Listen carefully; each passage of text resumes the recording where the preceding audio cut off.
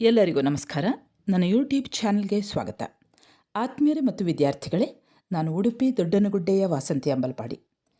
ವಿದ್ಯಾರ್ಥಿಗಳೇ ಹಾಗೂ ಆತ್ಮೀಯರೇ, ನೀವಿನ್ನೂ ನನ್ನ ಚಾನಲ್ಗೆ ಹೊಸಬರಾಗಿದ್ದಲ್ಲಿ ಮೊದಲು ಸಬ್ಸ್ಕ್ರೈಬ್ ಮಾಡುವುದನ್ನು ಮರೆಯದಿರಿ. ಹಾಗೆ ಒಂದು ಲೈಕ್ ಕೊಡಿ, ಕಮೆಂಟ್ ಮಾಡಿ ಮತ್ತು ನಿಮ್ಮ ಸ್ನೇಹಿತರಿಗೂ ಕೂಡ ಶೇರ್ ಮಾಡಿ. ವಿದ್ಯಾರ್ಥಿಗಳೇ, ಇಂದಿನ ವಿಡಿಯೋದಲ್ಲಿ ನಾವು ಸರ್ವಜ್ಞ ಬರೆದ ಪರ್ವತವೇರಿದೊಡೆ ಗರ್ವ ತನಗೆ ಕಯ್ಯ ಅನ್ನುವ ತ್ರಿಪದಿಯ ಪ್ರಶ್ನೋತ್ತರಗಳನ್ನು ಗಮನಿಸ್ತಾ ಹೋಗೋಣ. ವಿದ್ಯಾರ್ಥಿಗಳೇ, ಸರ್ವಜ್ಞ ಯಾರು ಅನ್ನುವಂಥದ್ದು ನೋಡ್ತಾ ಹೋಗೋಣ. ಸುಮಾರು 15-16ನೇ ಶತಮಾನದಲ್ಲಿ ಇದ್ದಂತಹ ಸರ್ವಜ್ಞ, ಆತ ಒಬ್ಬ ನಡುಗನ್ನಡ ಸಾಹಿತ್ಯದ ಓರ್ವ ಶ್ರೇಷ್ಠ ಆಶುಕವಿ. ಈತನ ದೇಶ ಕಾಲದ ಬಗ್ಗೆ ಮಾಹಿತಿ ಸಿಗದೇ ಇದ್ದರೂ ಕೂಡ ಹಾವೇರಿ ಜಿಲ್ಲೆಯ ಹಿರೇಕೆರೂರು ಸಮೀಪದ ಅಬ್ಬಲೂರು ಅನ್ನುವಂಥದ್ದು ಈತನ ಜನ್ಮಸ್ಥಳ ಅಂತ ವಿದ್ವಾಂಸರು ಅಭಿಪ್ರಾಯವನ್ನು ವ್ಯಕ್ತಪಡಿಸ್ತಾರೆ. ಆತನ ತಂದೆ ಬ್ರಾಹ್ಮಣ ಕುಲದ ಬಸವರಸ, ತಾಯಿ ಕುಂಬಾರ ಮಾಳಿ. ಈ ಸರ್ವಜ್ಞನ ರಚನೆಗಳು ತ್ರಿಪದಿ ರೂಪದಲ್ಲಿ ಇದ್ದು, ತ್ರಿಪದಿ ಅಂದರೆ 3 ಸಾಲುಗಳು. ಈ 3 ಸಾಲುಗಳಲ್ಲಿ ಇದ್ದು, ಆ 3 ಸಾಲುಗಳಲ್ಲಿ ಅಪಾರವಾದಂತಹ ಲೋಕ ಅನುಭವವನ್ನು ಒಳಗೊಂಡಿರುವಂಥದ್ದು. ಈ ತ್ರಿಪದಿಗಳು ತುಂಬ ಸರಳವಾಗಿರ್ತದೆ, ಹಾಗೆ ಪ್ರಾಸಬದ್ಧತೆಯಿಂದ ಕೂಡಿದ್ದು ಬಹಳಷ್ಟು ಜನಪ್ರಿಯಗೊಂಡಿದೆ. ಈತನ ಹೆಸರಿನಲ್ಲಿ ಸಾವಿರಾರು ತ್ರಿಪದಿಗಳು ದೊರೆತಿದ್ದು, ಪ್ರತಿಯೊಂದು ರಚನೆಯು ಸ್ವಯಂ ಪೂರ್ಣವಾದಂಥ ಒಂದು ಮುಕ್ತಕ. ಆತನ ತ್ರಿಪದಿಗಳು ಭಾಷೆ, ರಚನೆ ಮತ್ತು ಅನುಭವ ಶ್ರೀಮಂತಿಕೆಯಿಂದಾಗಿ ಇಂದಿಗೂ ಕೂಡ ಅದು ಪ್ರಸ್ತುತವಾಗಿದೆ. ಒಂದು ನೀತಿ ತತ್ವ ಅದರಲ್ಲಿರುವಂತಹ ಆ 3 ಸಾಲುಗಳಲ್ಲಿ ಇರುವಂತಹ, ಅಂದರೆ ತ್ರಿಪದಿಗಳಲ್ಲಿ ಇರುವಂತಹ ನೀತಿ ತತ್ವ, ವಿವೇಕದ ಮಾತುಗಳು, ವಿಡಂಬನೆ, ಇವುಗಳು ಕೂಡ ಆ ತ್ರಿಪದಿಗಳಲ್ಲಿ ನಾವು ಗಮನಿಸಬಹುದು. ಸಮಾಜದ ಮೌಢ್ಯಗಳನ್ನು ಬಯಲಿಗೆ ಎಳೆಯುವಂತಹ ಚಿಕಿತ್ಸಕ ಮನೋಧರ್ಮ ಆತನ ಈ ಒಂದು ತ್ರಿಪದಿಗಳಲ್ಲಿ ನೋಡಬಹುದು. ಬಹಳಷ್ಟು ಸರಳವಾದ ಸುಲಭ ಭಾಷೆಯಲ್ಲಿ ಉಪಮೆ ದೃಷ್ಟಾಂತಗಳ ಮೂಲಕ ಜನಸಾಮಾನ್ಯರಿಗೂ ಕೂಡ ಅರ್ಥವಾಗುವ ರೀತಿಯಲ್ಲಿ ಒಂದು ವಿಷಯಗಳನ್ನು ಪ್ರತಿಪಾದಿಸಿರುವಂಥದ್ದು ಸರ್ವಜ್ಞನ ವಿಶೇಷತೆ ಅಂತ ಹೇಳ್ಬೋದು. ಸರ್ವಜ್ಞ ಸರ್ವರೊಳಗೆ ಒಂದೊಂದು ನುಡಿ ಕಲಿತು, ಅಂದರೆ ಎಲ್ಲರ ಒಳಗೆ ಒಂದೊಂದು ಮಾತುಗಳನ್ನು ಕಲಿತು ವಿದ್ಯೆಯ ಪರ್ವತವೇ ಆದ ಸರ್ವಜ್ಞ. ಸಮಾಜಮುಖಿಯಾದಂತಹ ವ್ಯಕ್ತಿತ್ವ, ಹಾಗೆ ಈ ತ್ರಿಪದಿಗಳಲ್ಲಿ ಗುರುವಿನ ಮಹತ್ವವನ್ನು, ಭಕ್ತಿಯ ಸ್ವರೂಪ, ಹಾಗೆ ಅಂತರಂಗದ ಭಕ್ತಿ, ಜ್ಞಾನದ ವ್ಯಾಪ್ತಿ ಹಾಗೂ ಜ್ಞಾನಿಯ ವ್ಯಕ್ತಿತ್ವದ ಚಿತ್ರಣವನ್ನು ಸರ್ವಜ್ಞ ಬರೆದಂತಹ ಈ ತ್ರಿಪದಿಗಳಲ್ಲಿ ಗಮನಿಸಬಹುದು. ವಿದ್ಯಾರ್ಥಿಗಳೇ, ನಾವೀಗ ಈ ತ್ರಿಪದಿಗೆ ಸಂಬಂಧಿಸಿದ ಹಾಗೆ ಸರ್ವಜ್ಞ ಬರೆದಂತಹ ಪರ್ವತವೇರಿದೊಡೆ ಗರ್ವ ತನಗೆ ಕಯ್ಯ ಅನ್ನುವಂಥ ಈ ಒಂದು ತ್ರಿಪದಿಗೆ ಸಂಬಂಧಿಸಿದ ಹಾಗೆ 8 ಅಂಕದ ಪ್ರಶ್ನೆಗಳನ್ನು ಗಮನಿಸಿ. ಮೊದಲ ಪ್ರಶ್ನೆ, ಸರ್ವಜ್ಞನ ತ್ರಿಪದಿಗಳ ಸ್ವಾರಸ್ಯವನ್ನು ಬರೆಯಿರಿ. ಎರಡನೇ ಪ್ರಶ್ನೆ ನೋಡಿ, ಸರ್ವಜ್ಞನ ತ್ರಿಪದಿಗಳಲ್ಲಿ ಚಿತ್ರಿತವಾದ ಗುರುವಿನ ಮಹತ್ವ, ಭಕ್ತಿಯ ಸ್ವರೂಪ, ಅಂತರಂಗ ಭಕ್ತಿ ಹಾಗೂ ಜ್ಞಾನಿಯ ವ್ಯಕ್ತಿತ್ವವನ್ನು ವಿವರಿಸಿರಿ. ವಿದ್ಯಾರ್ಥಿಗಳೇ, ನಿಮ್ಮ ತರಗತಿಯಲ್ಲಿ ಈಗಾಗಲೇ ಉಪನ್ಯಾಸಕರು ಈ ಒಂದು ತ್ರಿಪದಿಗಳನ್ನು ಮಾಡಿರ್ಬೋದು, ಭಾಳಷ್ಟು ಹೆಚ್ಚಿನ ವಿವರಣೆಯನ್ನು ಕೊಟ್ಟಿರ್ಬೋದು. ನಾನು ಈ ವಿಡಿಯೋವನ್ನು ಮಾಡಿರುವಂತಹ ಉದ್ದೇಶ ಕೆಲವೊಂದು ವಿದ್ಯಾರ್ಥಿಗಳಿಗೆ ಉಪಯೋಗವಾಗಲಿ ಅನ್ನುವಂತಹ ಉದ್ದೇಶದಿಂದ ಈ ವಿಡಿಯೋವನ್ನು ಹಾಕಿದ್ದೇನೆ. ನಾನು ಹೇಳಿದ ಹಾಗೆ ಬರಿಬೇಕಂತಿಲ್ಲ, ಇನ್ನಷ್ಟು ವಿಷಯಗಳನ್ನು ವಿವರಿಸುವಂತಹ ಶಕ್ತಿ ಕೂಡ ನಿಮಗಿದೆ. ಹಾಗೆ ಕೆಲವೊಂದು ವಿದ್ಯಾರ್ಥಿಗಳು ಪರೀಕ್ಷೆಗೆ ಮಾತ್ರ ಓದುವಂತಹ ಒಂದು ವರ್ಗ ವಿದ್ಯಾರ್ಥಿಗಳಲ್ಲಿದೆ. ಹಾಗೆ ಕೆಲವರು ಏನು ಮಾಡ್ತಾರೆ ಅಂದರೆ, ಕೆಲಸಕ್ಕೆ ಹೋಗಿ ನಂತರ ಶಿಕ್ಷಣವನ್ನು ಪೂರ್ಣಗೊಳಿಸುವಂತಹ ವಿದ್ಯಾರ್ಥಿಗಳು, ಪರೀಕ್ಷೆಯನ್ನು ಬರೆಯುವಂತಹ ವಿದ್ಯಾರ್ಥಿಗಳಿಗೆ ಅನುಕೂಲವಾಗಲಿ ಅನ್ನುವಂಥ ಒಂದು ಉದ್ದೇಶದಿಂದ ಈ ವಿಡಿಯೋವನ್ನು ಹಾಕಿದ್ದೇನೆ. ಸರಿ ವಿದ್ಯಾರ್ಥಿಗಳೇ, ಆ 2 ಪ್ರಶ್ನೆಗಳಲ್ಲಿ ಯಾವ ಪ್ರಶ್ನೆ ಬಂದರೂ ಕೂಡ ನಾನು ಮುಂದೆ ಹೇಳುವಂತಹ ಉತ್ತರವನ್ನೇ ಬರೆಯಿರಿ. ಸರ್ವಜ್ಞ ಬರೆದಂತಹ ಪರ್ವತವೇರಿದೊಡೆ ಗರ್ವ ತನಗೆ ಕಯ್ಯ ಅನ್ನುವಂತಹ ತ್ರಿಪದಿಗಳಿಂದ ಆಯ್ದಂತಹ ಒಂದು ಪ್ರಮುಖವಾದಂತಹ ತ್ರಿಪದಿ ಭಾಗ, ಕಾವ್ಯ ಭಾಗ. ಇಲ್ಲಿ ಸರ್ವಜ್ಞನ ತ್ರಿಪದಿಗಳು ಬಹಳಷ್ಟು ವಿಶೇಷವಾದಂತಹ ಬೇರೆ ಬೇರೆ ವಸ್ತುಗಳಿಂದ ಕೂಡಿದ್ದು, ಗುರುವಿನ ಮಹತ್ವ, ಭಕ್ತಿಯ ಸ್ವರೂಪ, ಮುಕ್ತಿ ವಿಚಾರ, ತನುಮನ ಶುದ್ಧಿ, ಹಾಗೆ ಅಚಲ ನಿಷ್ಠೆ, ದೇಹ ದೇಗುಲವಾಗುವಂತಹ ಅಥವಾ ಇಷ್ಟಲಿಂಗದ ಸ್ವರೂಪದ ಮಹತ್ವ, ಹಾಗೆ ಸ್ಥಾವರಲಿಂಗದ ವಿಡಂಬನೆಯನ್ನು ಮಾಡುವಂಥದ್ದು ಜ್ಞಾನಿಯ ಸ್ವರೂಪ, ಇವೆಲ್ಲವನ್ನು ಕೂಡ, ಹಾಗೆ ಅದರ ಜೊತೆಯಲ್ಲಿ ವೇದಶಾಸ್ತ್ರ ಆಗಮಗಳ ನಿರರ್ಥಕತೆಯನ್ನು ಹೇಳುವಂಥದ್ದು, ಈ ಮೊದಲಾದ ವಿಚಾರಗಳನ್ನು ನಾವು ಸರ್ವಜ್ಞನ ತ್ರಿಪದಿಗಳಲ್ಲಿ ಗಮನಿಸ್ಬೋದು. ಸರ್ವಜ್ಞ ಹೇಳ್ತಾನೆ, ಸರ್ವಜ್ಞನಾದವನು ಅಂದರೆ ಎಲ್ಲವನ್ನೂ ತಿಳಿದುಕೊಂಡವನು ನಿಗರ್ವಿಯಾಗಿರಬೇಕು ಅಂದರೆ ಆತನಲ್ಲಿ ಅಹಂಕಾರ ಇರಬಾರ್ದು ಅನ್ನುವಂಥದ್ದನ್ನು ಸರ್ವಜ್ಞ ತನ್ನನ್ನೇ ಹಿನ್ನೆಲೆಯಾಗಿ ಇಟ್ಕೊಂಡು ಹೇಳ್ತಾನೆ. ಸರ್ವಜ್ಞ ಎಂಬವನು ಗರ್ವದಿಂದ ಆದವನಲ್ಲ, ತನಗೆಲ್ಲ ತಿಳಿದಿದೆ ಅನ್ನುವಂತಹ ಒಂದು ಸೊಕ್ಕಿನಿಂದ ಅಹಂಕಾರದಿಂದ ಸರ್ವಜ್ಞನಾದುದಲ್ಲ ತಾನು. ಹೇಗೆ ಸರ್ವಜ್ಞನಾಗಬೇಕು ಅನ್ನುವವರಿದ್ದಾರೋ ಅವರಿಗೆ ಆತ ಸರ್ವರಲ್ಲಿ ಒಂದೊಂದು ನುಡಿಯನ್ನು, ಅಂದರೆ ಲೋಕದ ಅನುಭವವನ್ನು, ಜ್ಞಾನವನ್ನು ಪಡೆದುಕೊಂಡು ತಾನು ವಿದ್ಯೆಯ ಪರ್ವತವಾದವನು. ಇದು ಸರ್ವಜ್ಞನ ಅಥವಾ ಸಕಲ ಜ್ಞಾನವನ್ನು ಪಡೆದವನ ಸ್ಥಿತಿ ಸ್ವರೂಪ ಅಂತ ಸರ್ವಜ್ಞ ಹೇಳ್ತಾನೆ. ಅಂದರೆ ಸರ್ವಜ್ಞನಾಗಬೇಕಾದರೆ ಆತನಲ್ಲಿ ಅಹಂಕಾರ ಇರಬಾರ್ದು, ಎಲ್ಲರಲ್ಲಿಯೂ ಕೂಡ ಒಂದೊಂದು ಜ್ಞಾನವನ್ನು ಪಡೆದುಕೊಳ್ಳುವಂತಹ ಆಸಕ್ತಿ ಇರಬೇಕು. ಇಂಥದ್ದು ಯಾರಲ್ಲಿ ಈ ಗುಣವಿರ್ತದೋ ಆತ ಸರ್ವಜ್ಞನಾಗಲು ಸಾಧ್ಯ ಅನ್ನೋದನ್ನು ಸರ್ವಜ್ಞ ಹೇಳ್ತಾನೆ. ಇನ್ನು ಗುರುವಿನ ಸ್ವರೂಪ, ಗುರುವಿನ ಮಹತ್ವದ ಕುರಿತು ಈ ರೀತಿ ಹೇಳ್ತಾನೆ. ಸರ್ವಜ್ಞ ಗುರುವನ್ನು ಕುರಿತು ಈ ರೀತಿ ಹೇಳ್ತಾನೆ. ಗುರುವಾದವನು ಎಲ್ಲ ಬಂಧುಗಳಿಗಿಂತ ಮಿಗಿಲಾದವನು, ಅಂದರೆ ಬಂಧುಗಳಿಗಿಂತಲೂ ಶ್ರೇಷ್ಠನಾದವನು.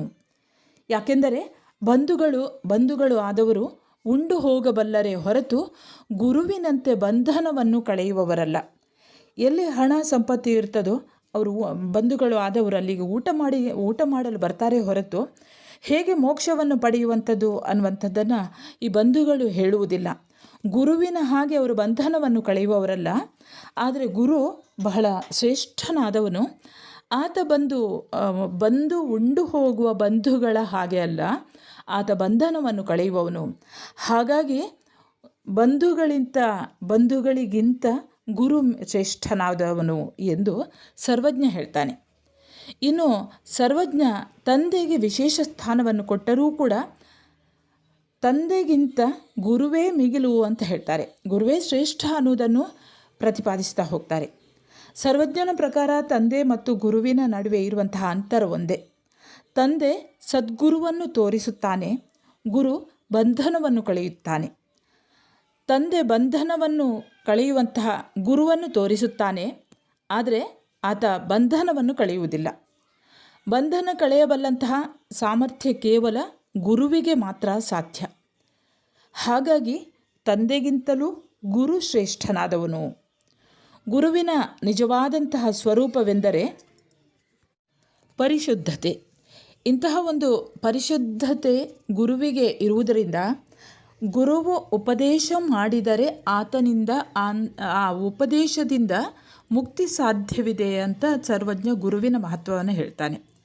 ಹೇಗೆ ಮೊಸರನ್ನು ಕಡೆದರೆ ಹಸನಾದ ಬೆಣ್ಣೆಯು ತೋರುತ್ತದೋ ಅದೇ ರೀತಿ ಹಸನಾದ ಗುರುವಿನ ಉಪದೇಶದಿಂದ ಮುಕ್ತಿ ಸಾಧ್ಯವಾಗ್ತದೆ ಅನ್ನುವಂಥದ್ದನ್ನು ಸರ್ವಜ್ಞ ಹೇಳ್ತಾನೆ. ಇನ್ನು ಭಕ್ತಿಯ ಸ್ವರೂಪವನ್ನು ಸರ್ವಜ್ಞ ಹೀಗೆ ಹೇಳ್ತಾರೆ. ಸರ್ವಜ್ಞನ ದೃಷ್ಟಿಯಲ್ಲಿ ಭಕ್ತಿಯಿಂದ ಮುಕ್ತಿ ಮತ್ತು ಶಕ್ತಿಗಳು ಪ್ರಾಪ್ತವಾಗ್ತದೆ. ಆ ಭಕ್ತಿಗೆ ವಿರಕ್ತಿಯೇ ಬಹುಮುಖ್ಯವಾಗಿರ್ತದೆ. ವಿರಕ್ತಿ ಸಿದ್ಧಿಸದೇ ಇದ್ದರೆ ಭಕ್ತಿ ಸಿದ್ಧಿಸುವುದಿಲ್ಲ. ಭಕ್ತಿ ಸಿದ್ಧಿಸದಿದ್ದರೆ ಮುಕ್ತಿ ಮತ್ತು ಶಕ್ತಿಗಳು ಸಿದ್ಧಿಸಲಾರವು. ಹಾಗಾಗಿ ಭಕ್ತಿ ಮತ್ತು ವಿರಕ್ತಿಗಳು ನಾಶವಾದರೆ ಈ ಲೋಕದಲ್ಲಿ ಮುಕ್ತಿಯೇ ಇಲ್ಲ ಅಂತ ಹೇಳ್ತಾರೆ. ಭಕ್ತಿ ಎನ್ನುವುದು ಒಂದು ಬೀಜ ಇದ್ದ ಹಾಗೆ, ಮುಕ್ತಿ ಎನ್ನುವುದು ಒಂದು ಫಲ ಇದ್ದ ಹಾಗೆ. ಯುಕ್ತಿಯಿಂದ ಅಥವಾ ನಿಷ್ಠೆಯಿಂದ ಭಕ್ತಿ ವೃಕ್ಷವನ್ನು ಏರಿದರೆ ಇಹದಲ್ಲಿ ಮುಕ್ತಿ ತಾನಾಗಿ ಸಿದ್ಧಿಸುತ್ತದೆ ಅಂತ ಸರ್ವಜ್ಞ ಹೇಳ್ತಾನೆ. ಇನ್ನು ನಿಜವಾದ ಭಕ್ತಿಯ ಸ್ವರೂಪಕ್ಕೆ ಮನೆ, ಬೆಟ್ಟದ ತುದಿ ಮುಖ್ಯವಲ್ಲ. ಮನೆಯಲ್ಲಾಗಲಿ ಬೆಟ್ಟದ ತುದಿಯಲ್ಲಾಗಲಿ ತಪಸ್ಸನ್ನು ಮಾಡಿದ ಮಾತ್ರಕ್ಕೆ ನಿಜವಾದ ಭಕ್ತಿ ಸಿದ್ಧಿಸುವುದಿಲ್ಲ. ನಿಜವಾದ ಭಕ್ತಿ ಸಿದ್ಧಿಸಬೇಕಾದರೆ ಯಾವುದೇ ಹೋಗಿ ಮನೆಯಲ್ಲಿ ಭಕ್ತಿಯನ್ನು ಮಾಡುವಂಥದ್ದಲ್ಲ, ಅಥವಾ ಪರ್ವತದ ತುದಿಗೆ, ಬೆಟ್ಟದ ತುದಿಗೆ ಹೋಗಿ ಭಕ್ತಿಯನ್ನು ಮಾಡುವುದಲ್ಲ. ನಿಜವಾದ ಭಕ್ತಿ ಸಿದ್ಧಿಸಬೇಕಾದರೆ ಮನದಲ್ಲಿ ಯಾವಾಗಲೂ ಕೂಡ ಶಿವನ ನೆನಪು ಇರಬೇಕು, ದೇವರ ನೆನಪು ಇರಬೇಕು. ಮನಮುಟ್ಟಿ ಶಿವನನ್ನು ನೆನೆಯಬೇಕು. ಹೀಗೆ ಮನಮುಟ್ಟಿ ಅಥವಾ ಮನಪೂರ್ವಕವಾಗಿ ನಿಷ್ಠೆಯಿಂದ ಶಿವನನ್ನು ಸ್ಮರಿಸುವುದೇ ನಿಜವಾದ ಭಕ್ತಿ. ಇಂತಹ ಭಕ್ತಿಯಿಂದ ಮುಕ್ತಿ ಮತ್ತು ಶಕ್ತಿ ಸಾಧ್ಯವಾಗ್ತದೆ ಅನ್ನೋದನ್ನು ಸರ್ವಜ್ಞ ಕವಿ ಹೇಳ್ತಾರೆ. ಹಾಗೆ ಸರ್ವಜ್ಞ ಬಸವಣ್ಣನವರ ಹಾಗೆ ಇಷ್ಟಲಿಂಗ ಪೂಜೆಯ ಅಗತ್ಯವನ್ನು ಒತ್ತಿ ಹೇಳ್ತಾನೆ. ಸ್ಥಾವರಲಿಂಗ ಪೂಜೆಯನ್ನು ಆತ ಖಂಡಿಸ್ತಾನೆ, ಅಂದರೆ ಮೂರ್ತಿ ಪೂಜೆಯನ್ನು ಆತ ಖಂಡಿಸ್ತಾನೆ. ಸರ್ವಜ್ಞನ ಪ್ರಕಾರ ಪರಮಾತ್ಮನ ಆವಾಸ ಸ್ಥಾನ ಮನಸ್ಸೇ ಆಗಿದೆ. ತನುವೇ ಮಠ ಅಥವಾ ದೇಗುಲ.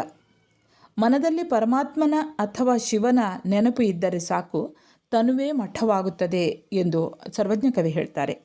ಆದರೆ ಅದೇ ಮನಸ್ಸು ಹಲವು ಅಥವಾ ಬೇರೆ ವಿಷಯಗಳನ್ನು, ಇಂದ್ರಿಯಾಸಕ್ತಿಗಳನ್ನು ನೆನೆದರೆ ಆ ಮನಸ್ಸು ಮಠವಾಗುವುದಿಲ್ಲ, ದೇವಸ್ಥಾನವಾಗುವುದಿಲ್ಲ, ಅದು ಹಾಳು ಮನೆಯಾಗುತ್ತದೆ ಅಂತ ಸರ್ವಜ್ಞ ಕವಿ ಹೇಳ್ತಾನೆ. ದೇಹವೇ ದೇವಾಲಯ, ಜೀವವೇ ಶಿವಲಿಂಗ. ಲೌಕಿಕ ಆಸಕ್ತಿ ಆಮಿಷಗಳನ್ನು ಅದನ್ನು ನಾಶ ಮಾಡಿ ಅಳಿದು ಭಜಿಸಿದವನಿಗೆ ಮಾತ್ರ ಮುಕ್ತಿ ಸಾಧ್ಯವಾಗ್ತದೆ. ಇದರಲ್ಲಿ ಯಾವುದೇ ಸಂದೇಹ ಬೇಡ ಅಂತ ಸರ್ವಜ್ಞ ಕವಿ ಹೇಳ್ತಾನೆ. ಹಾಗೆ ಜ್ಞಾನಿಯ ಸ್ವರೂಪದ ಕುರಿತಾಗಿ ಸರ್ವಜ್ಞ ಈ ರೀತಿ ಹೇಳ್ತಾರೆ. ಜ್ಞಾನಕ್ಕಿಂತ ಮಿಗಿಲಾದುದು ಇಲ್ಲ.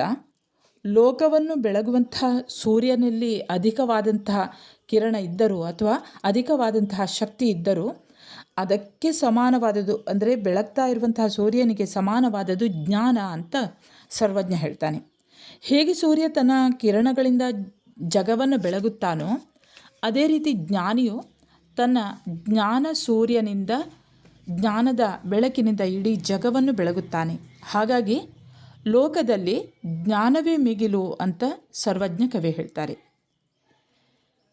ಇನ್ನು ಈ ಲೋಕದಲ್ಲಿ ಮೆರೆಯುವಂಥದ್ದು ಅರಿವಿನ ಅರಿವು ಅಥವಾ ಜ್ಞಾನವಾದರೂ ಕೂಡ ಈ ಅರಿವಿನ ಅರಿವನ್ನು ಅಥವಾ ಜ್ಞಾನವನ್ನು ಸಂಪಾದಿಸಿಕೊಳ್ಳುವುದು ಅಷ್ಟು ಸುಲಭ ಸಾಧ್ಯವಲ್ಲ.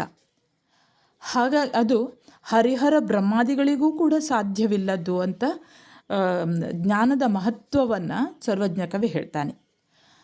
ಹಾಗೆ ಸಂಸಾರದ ಜಂಜಡಕ್ಕೆ ಸಿಕ್ಕಿದವನೇ ನಿಜವಾದ ಜ್ಞಾನಿ ಅಂತ ಹೇಳ್ತಾರೆ. ಅದೇ ಜ್ಞಾನಿಯ ಸ್ವರೂಪ ಅಂತ ಸರ್ವಜ್ಞ ಹೇಳ್ತಾನೆ. ಹೇಗೆ ಈ ಸಂಸಾರದ ಜಂಜಡದಲ್ಲಿ ಸಿಕ್ಕಿದಂಥ ಜ್ಞಾನಿಯು ನೀರಲ್ಲಿ ಹುಟ್ಟುವ ಮುತ್ತಿನ ಪ್ರತಿಮೆಯ ಮೂಲಕ ಇಲ್ಲಿ ಹೋಲಿಸಿ ನೋಡ್ತಾನೆ ಸಂಸಾರದ ಜಂಜಡಕ್ಕೆ ಸಿಕ್ಕಿದವನನ್ನು ಮತ್ತು ನೀರಿನಲ್ಲಿ ಹುಟ್ಟುವಂತಹ ಮುತ್ತು ನೀರಿನಲ್ಲಿ ಹುಟ್ಟಿದರೂ ಅದು ಮತ್ತೆ ಮುತ್ತನ್ನು ಸೇರುವುದಿಲ್ಲ, ಮತ್ತೆ ಅದು ನೀರನ್ನು ಸೇರುವುದಿಲ್ಲ. ಹಾಗೆ ಜ್ಞಾನಿಯಾದವನು ಸಂಸಾರದಲ್ಲಿ ಹುಟ್ಟಿದರೂ ಮತ್ತೆ ಅವನು ಸಂಸಾರವನ್ನು ಸೇರುವುದಿಲ್ಲ, ಬದಲಿಗೆ ಆತ ಈ ಸಂಸಾರವನ್ನು ತ್ಯಜಿಸ್ತಾನೆ. ಯಾಕೆಂದರೆ ಆತ ಸಂಸಾರಿಕನಲ್ಲ, ಆತ ಜ್ಞಾನವನ್ನು ಪಡೆದವನು ಜ್ಞಾನಿ. ಮತ್ತೆ ಸಂಸಾರಿ ಸೇರಿಬಿಟ್ಟರೆ ಆತ ಜ್ಞಾನಿ ಆಗುವುದಿಲ್ಲ, ಸಂಸಾರಿ ಆಗ್ತಾನೆ. ಹಾಗಾಗಿ ಸಂಸಾರದಿಂದ ಮುಕ್ತವಾಗಿರುವವರು ಮಾತ್ರ ಜ್ಞಾನಿಗಳಾಗ್ತಾರೆ ಅಂತ ಸರ್ವಜ್ಞ ಹೇಳ್ತಾನೆ.